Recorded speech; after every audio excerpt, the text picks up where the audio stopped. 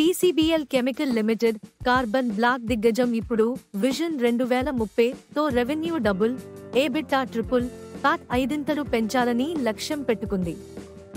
Market cap 13,900 కోట్ల రూపాయలు. FY25లో 8,375 కోట్ల రూపాయలు రెవెన్యూ, 410 కోట్ల రూపాయలు లాభం సాధించిన పీసీబీఎల్ ఆక్వాఫార్మ్ అక్విజిషన్ ద్వారా స్పెషాలిటీ కెమికల్స్లో అడుగుపెట్టింది. 7,90,000 టన్నుల కార్బన్ బ్లాక్ సామర్థ్యాన్ని 1 మిలియన్ టన్నుల కంటే ఎక్కువకు పెంచే ప్రణాళికలు కొనసాగుతున్నాయి. ప్రస్తుతం షేర్ ధర రూ. 383 నుండి రూ. 389 మధ్య ట్రేడ్ అవుతోంది. పే 35x, PB 4x అంటే ప్రీమియం విలువ మీదే ఉంది. 52 వారాలు హై రూ. 584 నుండి డౌన్ అయినప్పటికీ దీర్ఘకాల అప్ట్రెండ్ మాత్రం కొనసాగుతోంది.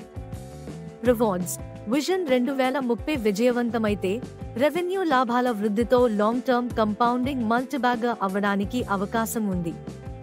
కేర్ రేటింగ్ కూడా ఆ స్టేబుల్ గవర్నెన్స్ బలంగా ఉంది.